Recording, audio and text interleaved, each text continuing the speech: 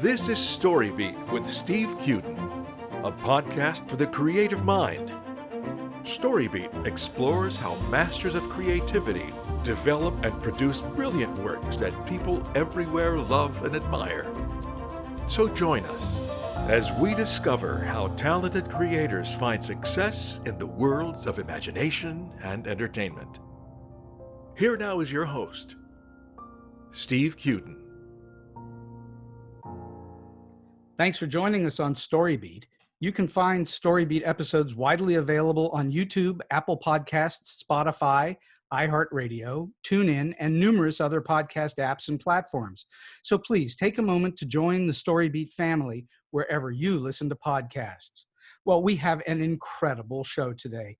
My guest, Melody Thomas Scott, is best known for her Emmy-nominated work in the iconic role of Nikki Reed, aka Nikki Newman, a character she's played for 40 years and counting on America's #1 daytime television drama, The Young and the Restless. She's also appeared in feature films with the likes of Clint Eastwood and John Wayne, and worked with esteemed directors like Alfred Hitchcock, Don Siegel, and Brian De Palma. Her new memoir, Always Young and Restless, from Diversion Books, and written with one of my favorite StoryBeat guests, Dana L. Davis, is now widely available at fine booksellers everywhere. I've had the opportunity to read Always Young and Restless, and I can tell you it's wonderfully heartfelt and thoroughly entertaining. I highly recommend it. Melody is also known for her charitable efforts with the Academy of Television Arts and Sciences, Television Cares, and the Save the Earth Foundation. So this is an especially great honor and a real privilege for me to have the one and only Melody Thomas Scott as my guest on StoryBeat today. Melody, welcome to the show. Thank you, Steve. It's so great to finally talk to you. Oh, indeed, because we've been trying to get this together for a little while. So first, congratulations on publishing your memoir. That's a really big accomplishment. You must be excited about it, yeah? I am excited and also relieved that I finally finished it. I bet, because that's a big deal. So what for you was the most fun part about writing the book? What did you enjoy the most? Ooh, the most fun. Probably being able to relive all the high points that I write about, all the great points, because I have a rather freakish memory that I can remember way back to when I'm in the crib as a baby, as a toddler. And of course, there weren't a lot of fun moments to remember from those years, but things on the set, things from years ago, I can just kind of put myself back there. I just close my eyes and I'm there again. So that was fun. Trips that my husband and I have taken, different parts of the world. It's like, bam, I'm there, and then I'm writing about it. Well, the book covers a wide range of your history, but in particular about what happened in show business. And obviously you've been at this since you were a little girl. How old were you when you first started as an actor? I was 3 years old. 3, is that all? So you've been at this. So you've been at this now for what, 32, 33 years? I like the way you do math. That's an extraordinary thing. And so I'm curious, is there anything that you learned as a very young person that you're still carrying with you today in terms of being an actor? Oh, interesting question. I would say one of the positives of being a child actor is you learn very early on how to deal with rejection, because you go out on interviews even as a child, and sometimes many interviews a week, and sometimes you get it, sometimes you don't. Sure. And you just learn to let that roll off your back if you don't get it, because it's made clear to you by your agent, listen, it's not you personally. Maybe you were too tall or too short or had the wrong color hair, wrong color eye. It really has nothing to do with you. It has to do with the creator's vision or the director's vision. Sure. So I didn't realize until years later what a commodity that was, because a lot of adults have problems dealing with rejection. And, for me, it was like, oh, that's nothing. That's no big deal. Don't worry about that. But a lot of people do worry about that and take it very seriously. Oh, sure. Being someone who's in front of the camera, or if you were, working on stage or wherever as an actor, one of the things that's paramount is that it's about in a sense, you, because you're the tool, you're the commodity. It's not you're not writing, you're not singing. It's just you. It's the way you look, it's the way you move, Right. etc. So that is a very difficult thing for a lot of people to overcome, and I think it blows a lot of people out of the water, frankly. It really does, and They can't take I it. feel so sad for them because I was just toughened up as such a small child, and I don't have patience for people who don't understand that. So is there anything that you wish you knew then that you know now? Obviously, in your, you've had a career for a while. So is there something you wish that you knew back then that would have made life better for you as a performer? As a performer, oh, I'm sure there are. When you're a kid, you don't talk back to the director. You do Hmm. whatever that director says, no matter what you have in mind. Because at that point, you just want to please production. You want to please the director and keep the job. And when you're a little kid, you're too afraid to go against them. I can't think of anything personally. I would tell the small Melody about her home life. I would say, hang in there, be patient, it will improve. Sure, Of sure. course, I had to grow up to be 20 for it to improve, but it seems forever that you're never going to get out of that situation. The good news is that you did, and you've had a thriving career for quite some time. So I think that that's all to the positive. You worked in Marnie for the director who's my hero, which is Alfred Hitchcock. I think he's maybe the greatest maker of movies that we've ever had. I just think he's amazing. Was there anything that you learned from him? Because I know he was kind of quirky and a bit of a different guy himself. Was there anything you learned from him that you've taken forward into your career? Well, as you can imagine, being a child actor, and I understand that even to the adult actors, he can be very tough. Sure. I had no idea who he was. I was 8 years old. He was just another director to me. So I didn't realize until years later that I had worked with the Alfred Hitchcock. He was very scary. I mean, all us kids were terrified of him. Why? He never smiled.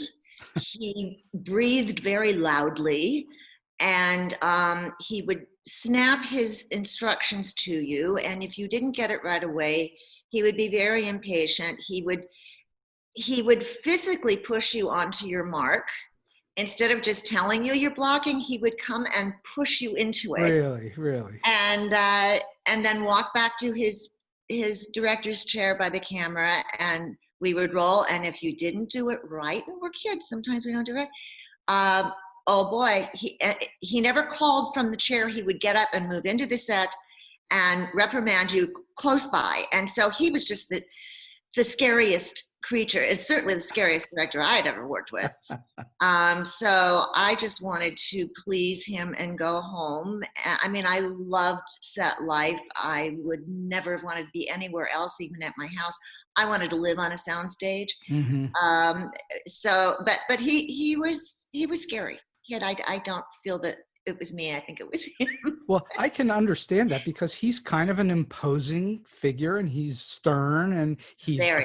of course, we now know he's directed and made some of the greatest scary movies of all time. And so it makes sense that he would be kind of a scary figure to a little person. Absolutely. And the adults were probably intimidated by him as well. They probably were. It would be hard not to be. Yeah, exactly right. So, all right, so let's talk about directors for a moment. You've had the privilege of working with many directors over the years. Is there anything that you've learned that's important for people who are trying to figure this business out, that you've learned from directors what to do and what not to do? I think that as I got older, more into the teenage years, I think I became a bit cocky as an actress. Mm-hmm. And looking back, I can see that I would resist certain directors' instructions, and I don't really know why I did that. I really should have been more respectful of their vision. Although now that I'm way older than that, there's a lot to be said for the actor's vision, and hopefully the actor and the director can blend their visions together. It can be a rocky road of just arguing back and forth about what it should be. But as I grew older, I realized that it is my talent as an actor includes my instincts of probably knowing how to do it better, unless now some of the directors have also been actors. Mm-hmm. So, and you can tell almost immediately when they are, because they understand all of what I just tried to explain to you.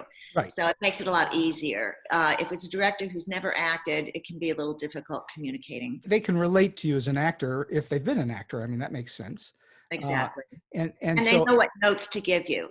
You know, an actor needs specific notes that they can click into and understand emotionally. sure. And I imagine on a soap opera, you're working pretty quickly. It's not a long, drawn out process. So those notes need to be somewhat incisive, I would assume. Oh, absolutely.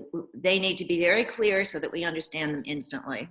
Can you think of one or more great directions that you've had over the years that always stuck with you? Like this was a really good way to look at things? Well, now see, I was really going along with that last question, Steve, until you said it's a really good way to look at things. I don't know if I have a director in mind that would illustrate that. Well, that's okay if you don't. When I did The Fury, Brian De Palma directed that, and I was just so impressed because he is such a visionary and knows exactly what he wants. And instead of being a horrible taskmaster, he adores his crew, the crew adores him. The same with the actors. So we are very willing to satisfy his vision because we want to work our best for him. And that is not often seen. Well, I find that really fascinating because De Palma is notorious for having really emulated Hitchcock, and the two approaches are entirely different. You're right. You're absolutely right. Maybe it's because I was an adult when I worked for De Palma, but I was just so impressed with his direction and his way of working. We're going to circle back around to Brian De Palma because I want to talk about John Cassavetes, and we'll get there at some point. Okay. So, all right, being on a show like The Young and the Restless means that you're working a lot, and you've been doing this for a long time. 40 years is a long time to be doing that kind of work. That means that you've got to be a fairly resilient person. You can't be easily thrown off your game. So what would you say is your secret for endurance? Is it diet? Is it exercise? What do you do that allows you to go to work so frequently? I love being there. Mm. Actors who love to act, as soap is the greatest gig going because it gives us the opportunity to do what we love to do, our greatest passion, which is acting, almost every day. So we're happy to wake up in the morning, and sometimes it's 4 a.m., 5 a.m., and we have very early calls.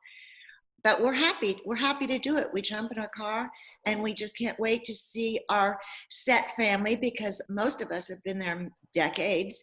And we are a family. You can't help but not become a family when you work closely together for so long. That makes a lot of sense. And obviously, if you're a family, you're going to be treated like a family. You're going to treat one another like a family.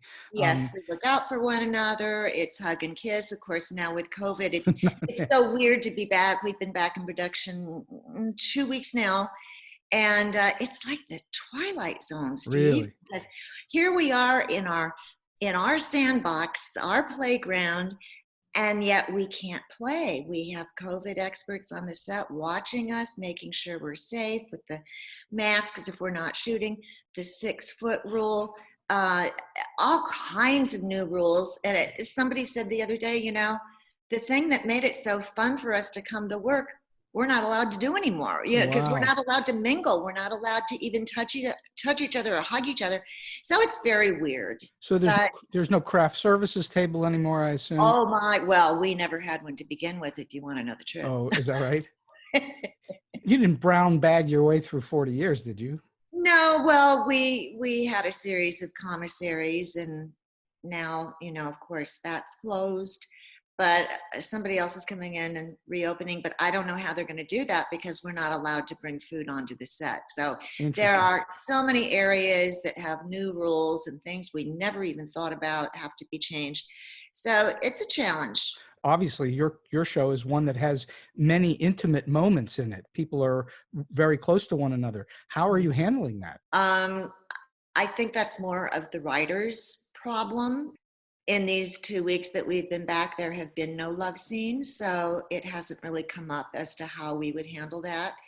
And they have blocked every scene so that we are all at least 6 feet apart. Wow. Yet on the monitor that I look at on the stage when we're shooting, they're using camera angles that make it seem like we are closer to each other. So I'm hoping that there'll be a lot of tricks like that, movie magic, that will make it seem a little more real. They're using what's called forced perspective, and they're putting you in a way so that it looks like you're much closer together than you are. And that is a trick of the lens. Yes, it is. Very cool. So, all right, let's talk about process for a moment. You've received hundreds, if not thousands, of scripts at this point in your career. When you receive a script, I assume obviously the first thing is you read it, but once you've read it, how do you work on it? How do you break it down? Do you have a process on that? How do you figure it out? I don't really have to break it down, and maybe it's because I've been playing Nikki for so long that I automatically know exactly how she will respond to anything.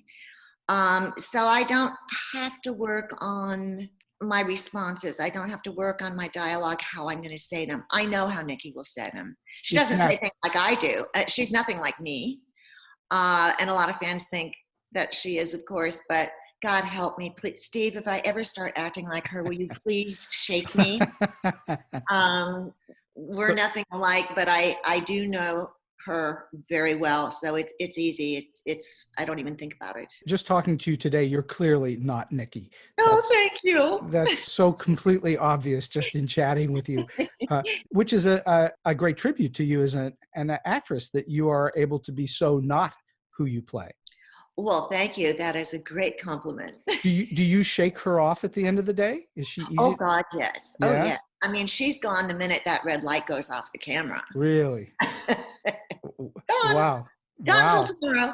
Do you know performers who have a problem with that, where they're so deeply into the character that they can't shake it off for a while? And I'm not asking you to name names. I'm just curious if you've seen it. No names. Every now and then, I cannot think of a female actor. It's usually the guys, if they have particularly emotional scenes, or if they have to cry, and they're not used to doing that, they will get, all method on us and walk around not speaking, and their eyes brimming with tears, and I'm thinking, man, come on, don't waste that. You got hours to go before you're going to shoot this. What are you doing walking around brimming tears? But that's really the only time I think the guys kind of get freaked out. Although we have some actors, I mean, certainly Eric Braeden, Joshua Morrow, who plays Victor, and Nicholas, I mean, they're called upon to cry all the time, and they're so good at it that it's no big deal to them. A lot of our actors are very good at that. Every now and then we'll find an actor. I just saw the episode this week in reruns of Eric Braeden with George Kennedy. Oh, yeah. It's an amazing scene. It's just a fabulous scene. Fabulous. And then Joshua was there watching the whole thing. Right, exactly. And Eric Braeden has a fixed stare that's just unbelievable.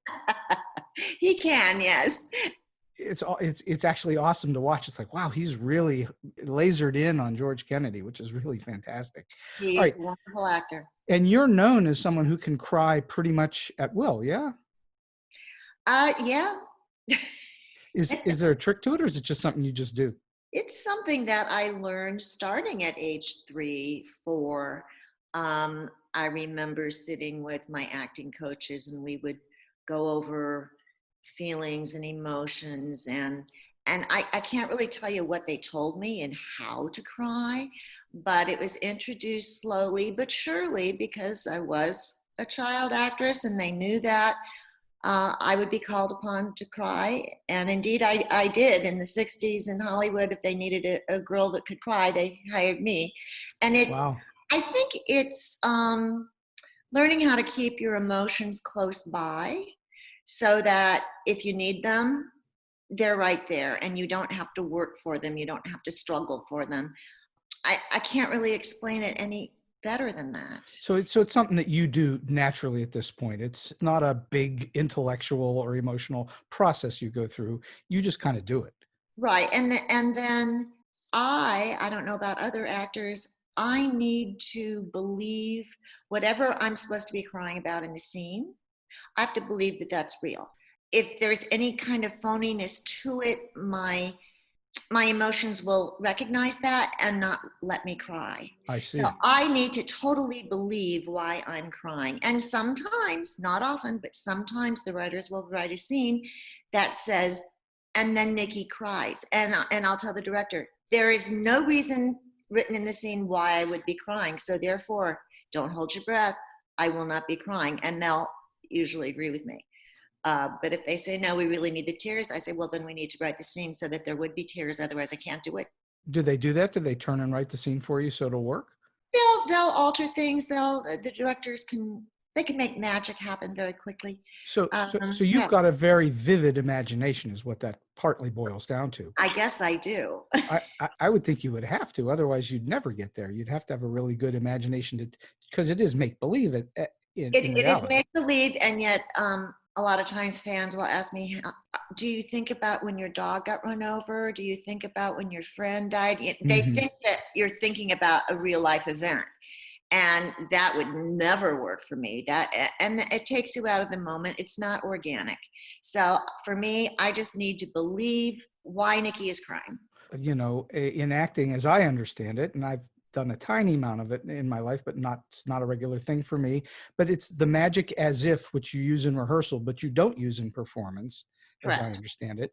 And so that's building that imagination so you can get there when you're in performance. Right. You don't want to blow it. You don't want to waste it before performance. Sure. That makes total sense. All right. So now we spoke earlier about the fact that you have a great memory from youth and so on. Is that memory helped you as a line memorizer? Have you been able to memorize lines easily through your career because you have this good memory? Absolutely. Of course, it doesn't hurt that I'm on a soap every day that shoots between 80 and 100 pages. Yeah, no kidding. We all, it's like a muscle. You learn how it becomes very easy for you to learn lines.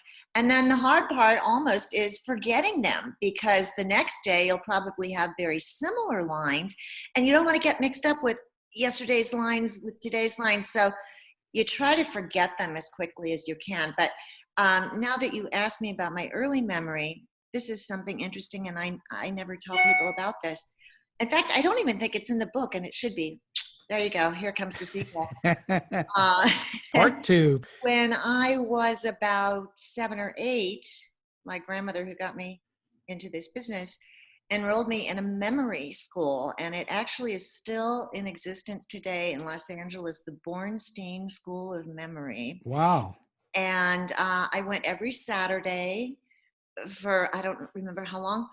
I was the only child there. All of the other students in the class were business people, and they were there because they wanted to learn how to remember their clients' names, or, information for business. And then there was me. But what I learned in that course is memory is simply a matter of association. What does that mean?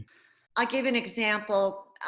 By the end of the course, in order to pass the course, the teacher would put a 25, 30-digit number on the blackboard. And you had maybe 30 seconds to look at that number, and then you had to turn away from the board and recite that number back. To my little 8-year-old brain, I remember, like, you decide what you can associate, whatever you have to remember. So if you need to remember numbers, like the number 1 is tall and straight, in my mind, maybe I thought it was a snake. Then the number 2 could have been like the side of a doghouse. So, okay, in my head, the snake goes into the doghouse, comes out with a bottle of milk, or however, and it's different for everybody. And that basically is the beginnings of associative memory. That's amazing. I've never heard that before, and I think that's really interesting. I have heard of, using imagery, but not quite in the way that you just described it.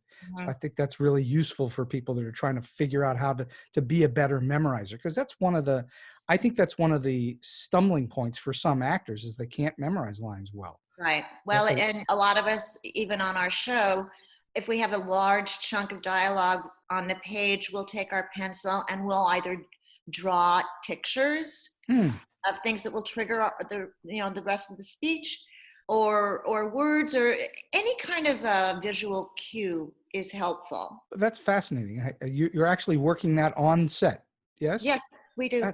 That's fascinating. All right. And then we'll grab each other's script and say, wait, I want to see how you drew that. And then we get competitive about our artistry.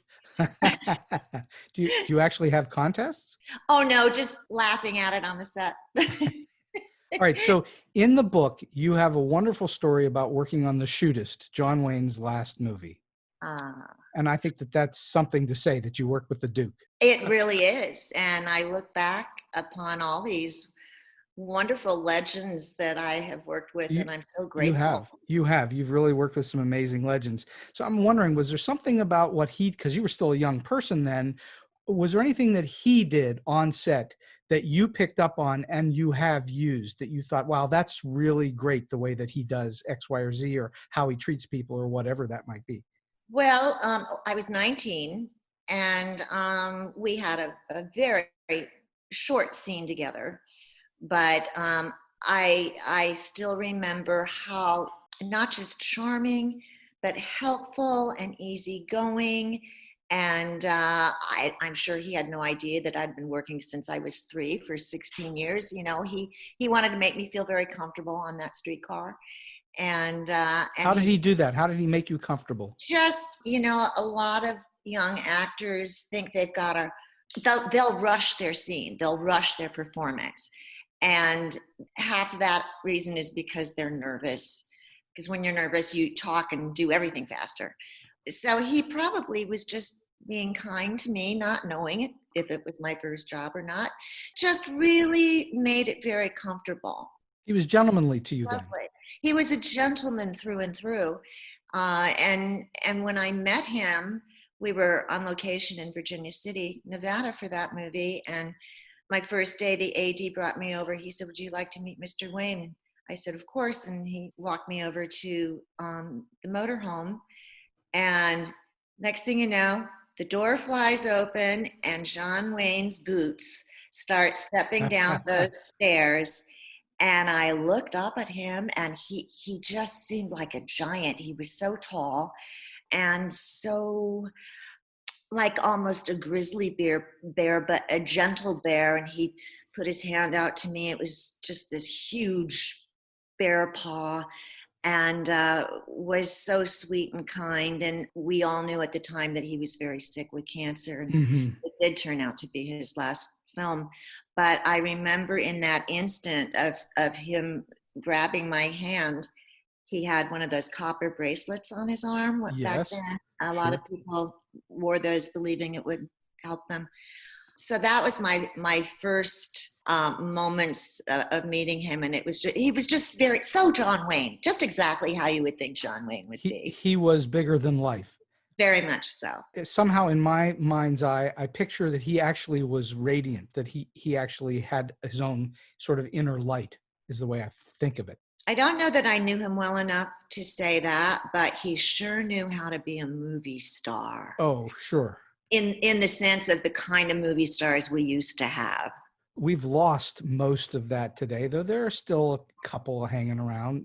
But that the idea of movie stardom, that day and age has gone away, hasn't it? Yes, yes. So speaking of stars, I do want to go back. As I said, I wanted to talk about The Fury, Brian De Palma. Yes. But more importantly, you don't know this, but I spent 6 months working with John Cassavetes.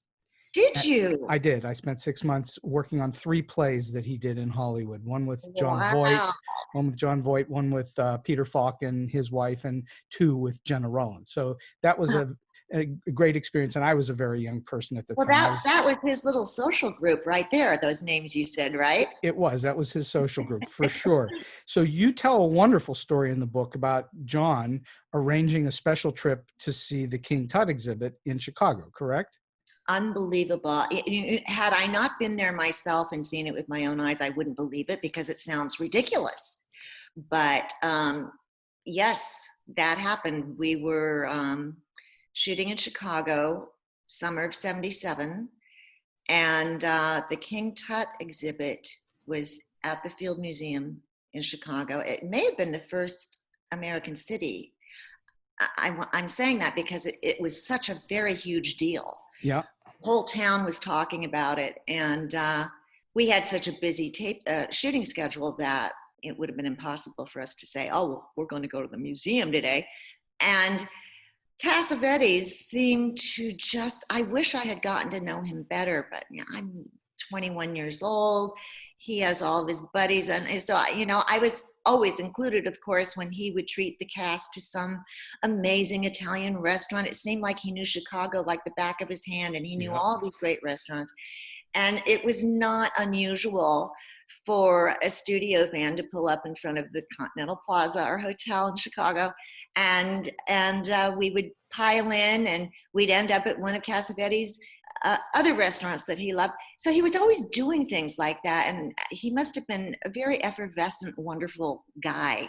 Oh. And the next thing you know, we are told, all right, now, tonight after dinner, you're going to get back in the van, but we're not going to the hotel.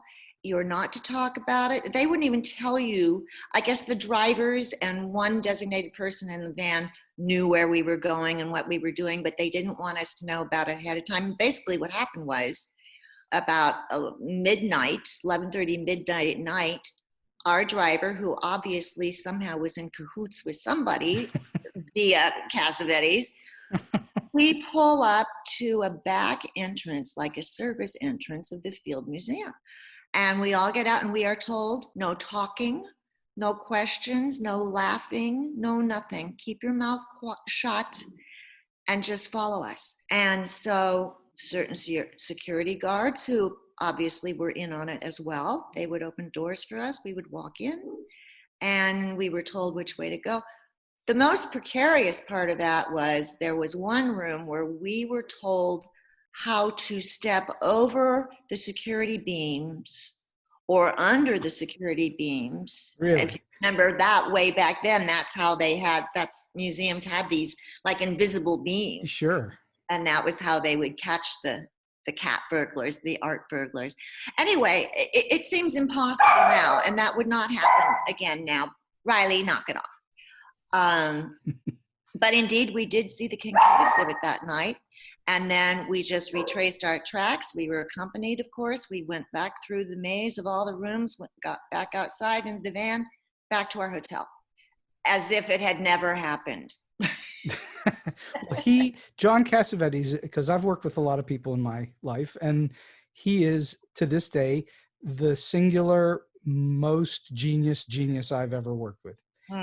He was directing, he wrote one of the three plays, he directed all three in rep and all at the same time, and he was still the singular experience of my life, was working with John Cassavetes. Wow. Because he was doing things that no one else has ever done that I've ever witnessed. And so I was fascinated when I read that you had worked with him and had that experience with him. I think that's unfortunately, I didn't share any scenes with him, so I just knew him as part of the company. Sure. But I know I wish that I had. Well, that movie is actually sort of fallen away in the public's eye, and I think its time is to come back, because I think it's a very fun movie. It is. I don't think that the special effects have really stood up to time very well, and in fact, some would say even then. But it's a horror flick, and I think a lot of people who went to see it didn't quite understand that. That wasn't really conveyed in the advertising.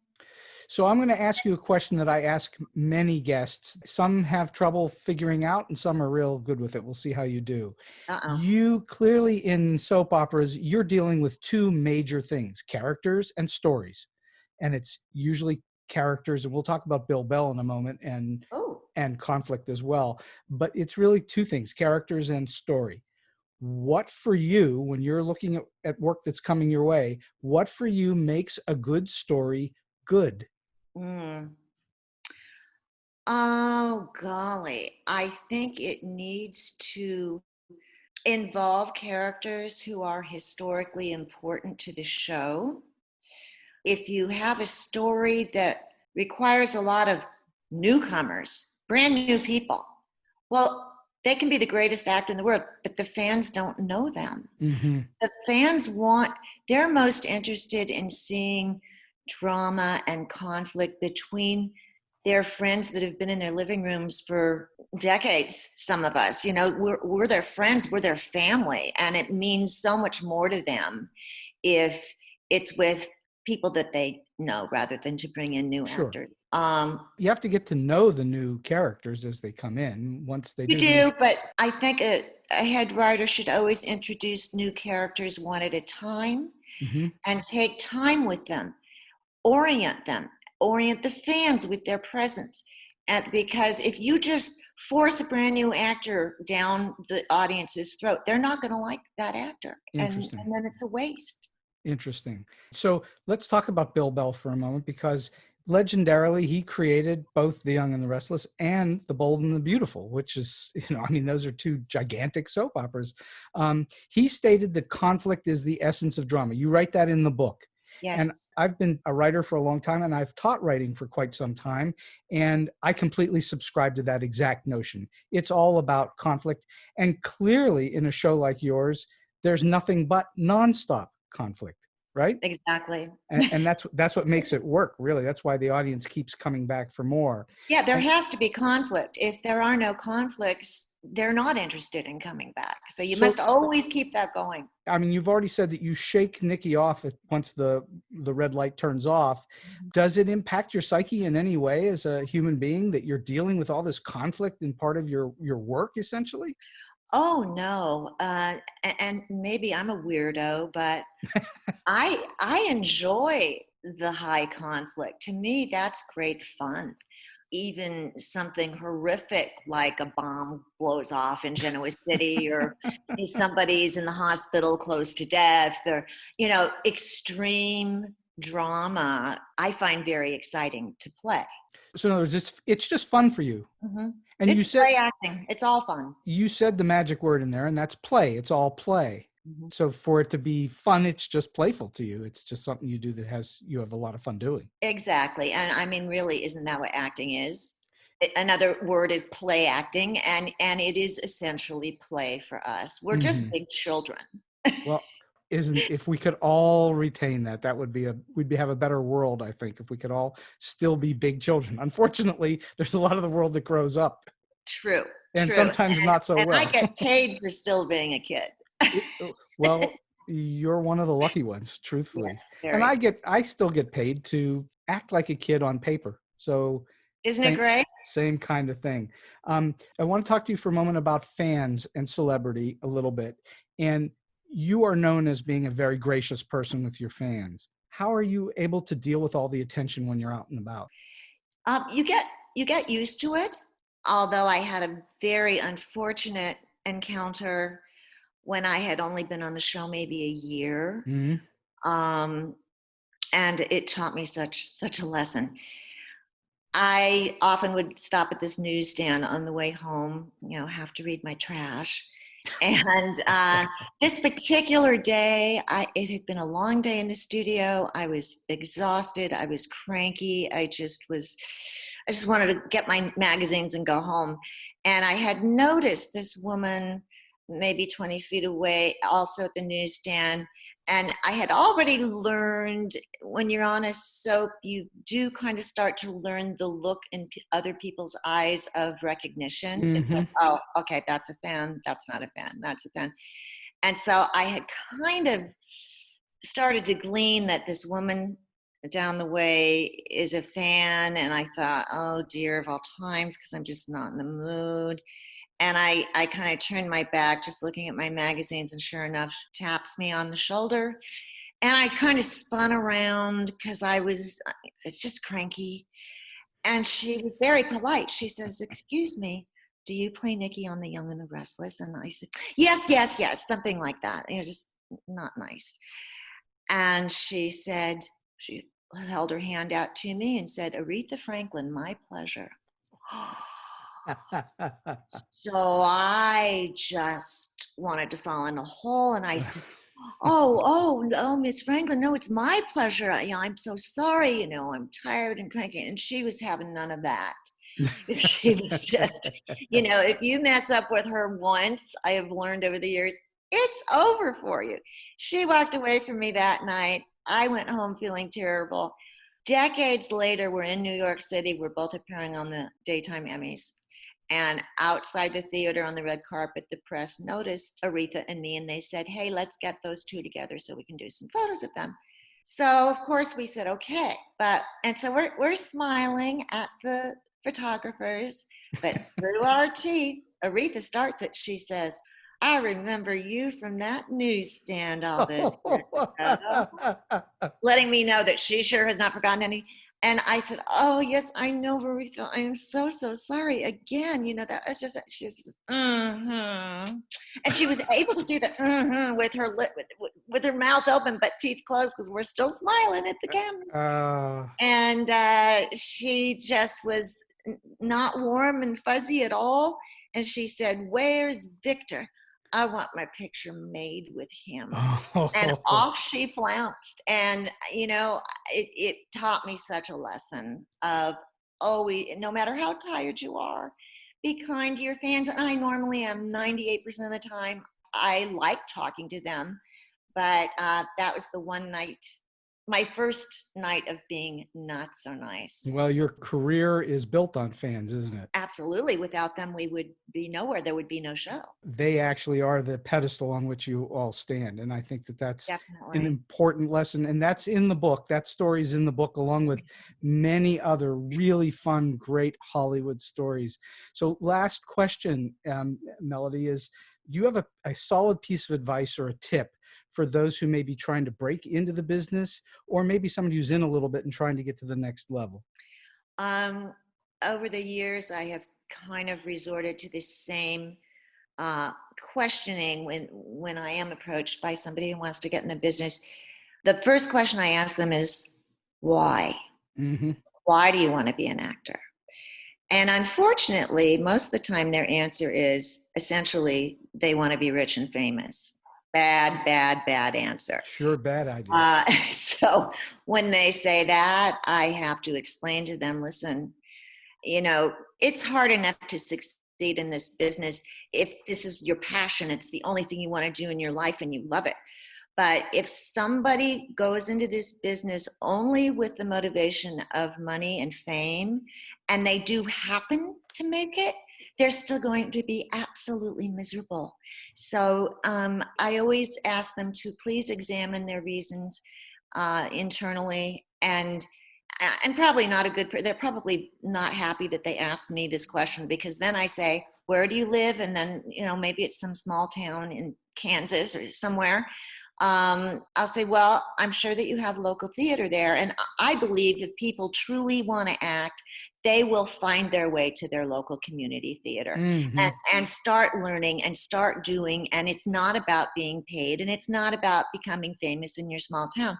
It's about learning the craft. And if you really love it, you're going to find that anyway. You're not going to have to fly to Los Angeles and ask a celebrity how to do it. It's all about the passion. And I feel if they don't have the passion, they're not going to be happy. No, well, that's such wise advice, because that's true. We're in a business. If you can't stomach it and you can't find your way to just wanting to do the work, then Right. You're in big trouble. I mean, you hear many successful people say that they would do it for free. Shh, don't tell anybody. I always say that, and I say, shh, don't tell Sony.